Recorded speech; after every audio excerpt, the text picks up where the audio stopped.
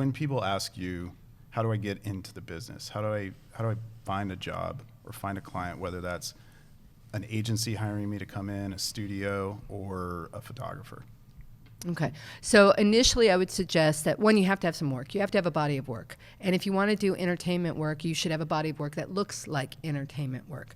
And that's easy to do. You do it yourself. You shoot your own shots, you get stock shots, you can create fan art if you will, but you have to communicate that you understand the visual vocabulary of our world. And you can't do that by words. You actually have to physically show them. And I get asked this all the time. I'm like, well, how can I do it? I don't have access to Spider-Man stills. And I say, you don't need access to that. You can shoot your friend in the corner and draw something, or go to Adobe Stock, or find something to create your own work. Once you have a body of work, and sketches, they love sketches. They love to see how you think. They love process. Then you go to a website called IMP Awards. Mm-hmm. And IMPAwards.com has every movie poster, TV poster for the last 20 years on there. And what's so great about this site is not only does it have the inspiration, so you can look and see what people are doing and understand the visual vocabulary that they're using, but it lists every agency. So if you go and you see these posters that you really dig, the agency's name's on the top, and then you click on that, and it gives you the address and the website, and then you contact them and say, I dig your work, I want to work for you. That's a huge resource. Yeah, it's fantastic. It's a great resource. Wow. Yeah. And then you do what I call an informational interview. You contact them. I would love to work at your company. What would I need to do? Don't ask them for a job. Ask them, how do I get in? Because then they don't have to give you anything. They don't have to give you a promise. They're just saying, great, what I need you to do is know comping or compositing, masking skills, color correction skills, retouching skills. Then what you do, you go work on that. You contact them a few months later and go, hey, I took your advice. Can I come show you what I did? And more often than not, they'll open the door. That's fantastic. Yeah. That's a complete strategy. That's how I got in. That is. That is 100% how I got in. What's that first job that they'll get? Oh, masking. Stripping out stuff. Boring, masking. And So- you better be really good at So foundation. one part of that is going to be the creativity that they need. And another part of that is going to be the sort of visual analytical skills that they need to at least understand. So to look at a movie poster, when you say visual vocabulary, what kind of things are visual vocabulary? in a Okay, movie so poster? there's actually two things you brought up. So one, there's just foundational skills. So flat out, your masking needs to be tight as nails. That's great. Period. Yeah. And if it's not, don't even bother, because that's a base level job, is masking. Right. And color, understanding color, how to do color. Do you use levels? Do you do curves? Not what color are you choosing, but how do you do it? Because they will direct you on how to choose color, and yeah. you'll learn that. But you need to know the mechanics of Photoshop. Do you have control? Do you know that site goes above curves? You know, that Exactly sort of thing. right. Yeah, File that's your size layer management. stack. Yeah. Labeling layers. It's so boring, but it's Organization. foundational work. Yeah. 100% you have to It's have foot in that. the door. Then when I say visual vocabulary, what I'm talking about is two big heads in the sky with a little scene. Or comedies are always on light, white backgrounds, or the Marvel films or DC films, what colors, like those primary colors. That's what I mean by visual vocabulary. That's great. So like what the conventions are in communicating different topics, different themes in the industry through these visual mediums. And right? if you look at it, you'll see, now if you go to IMP and you look at this and you look at horror, you'll see the horror genre, and it's very particular, and it's got a certain color palette. Yep. And it, again, even as a retoucher, not a designer, because we're talking retouching, even though I'm not designing it, it's imperative that I understand what the designers are looking for or working towards, so Yeah. that I can produce a job for them. That's great. Yeah. How do you think you've been able to stay so relevant? Well, all your other friends from Art Center are kind of long gone. How have you stayed at the top of the business over your career? This is me editing, because the first thought what I had was fear. Fear was a big motivator for me. Really? I'm a single mom, and providing for my family is my job, and that really made I was like, I'm not Hustle. going out of hustle, grit. Yeah. I have grit. I have grit for days. All right. And I hope it doesn't sound like I'm bragging, but I'm No, I think it's certain it's important one of for people to my most important assets. And then oddly enough, this is going to sound maybe counterintuitive, but it's educating other people. So I'm an educator also, and it fills my heart.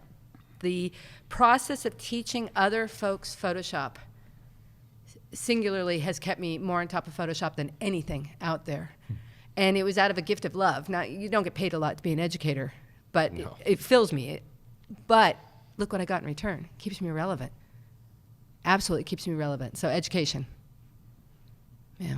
That's great. And staying on top of the changes in the tools. Absolutely. And also, it seems like still continuing to be fascinated by and engaging in visual culture, because you can talk about it and you're engaged in it. How important is that? Like, still liking I have to tell the art, current, right? the current things in art, music, and culture. I go to museums all the time, and I'm kind of a geek. I'll look at paintings. I'm like, wow, how would I do that in Photoshop now? Yeah, how that's would I great. build that? Yeah. I shouldn't admit that in public, but I do that all the time. No, yeah. please Yeah. admit that. Yeah, this is good it's stuff. that's what keeps me fired up, is looking at older things and art and reference and resonance and current work. Yeah. Contemporary Yeah, work. contemporary work. Yeah.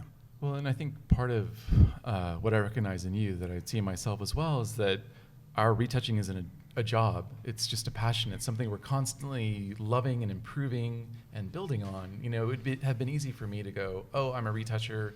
This is what I do. This is all I'll ever do. I can do catalogs for, decades. But that's not how my brain works, Yeah. I constantly need to be figuring out how to do the same thing I've been doing for 20 years differently every Yeah. time I do it. Like every job I get, I relearn it all over again and Yeah. find new ways of doing it. And that's a way of, keeping yourself relevant, is to just kind of constantly be growing that job that you've been doing for so long. Well, there's this archetype. I mean, we stayed up till midnight talking about Photoshop last Yeah, night. and How we're still doing it embarrassing! again. And we're still doing it. We're doing it more. But that's what you want to have. Let's that kind admit of it. You geeked out last night until 100%, midnight. You I guys We'll went probably do loved the it. same thing tonight, even though we've been talking about it all day. It's all good. But that makes it easier, doesn't it, to stay in a business for 25 years? I have to tell you, in all honesty, it's probably a rare day that I'm not at a computer doing something in Photoshop. Sure.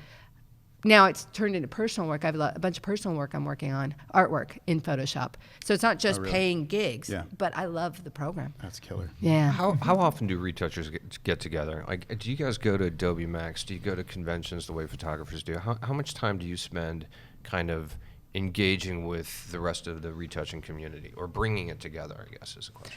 I would say nowhere near enough. And the folks that do it are 5. So let me give you some numbers to give you an idea. Okay. So in LA, at my level of retouching for freelance, non-staff positions in entertainment, of which there is a lot of work, there's probably 20 of us, maybe 30 on a good day. So you guys really in demand down there. Absolutely, there's just not enough Yeah. people at that level. Yeah. But out of those 30 people, maybe 5 of us get together once every 6 weeks. Right. And that's only recently. And that's so started. recently, Right. yeah. Yeah. And Yeah. I will tell you that conventions, things like Adobe Max, are imperative. And I know it's hard to cough up that cash to go to those things, but they are so inspiring and so such a great opportunity for networking. Yeah.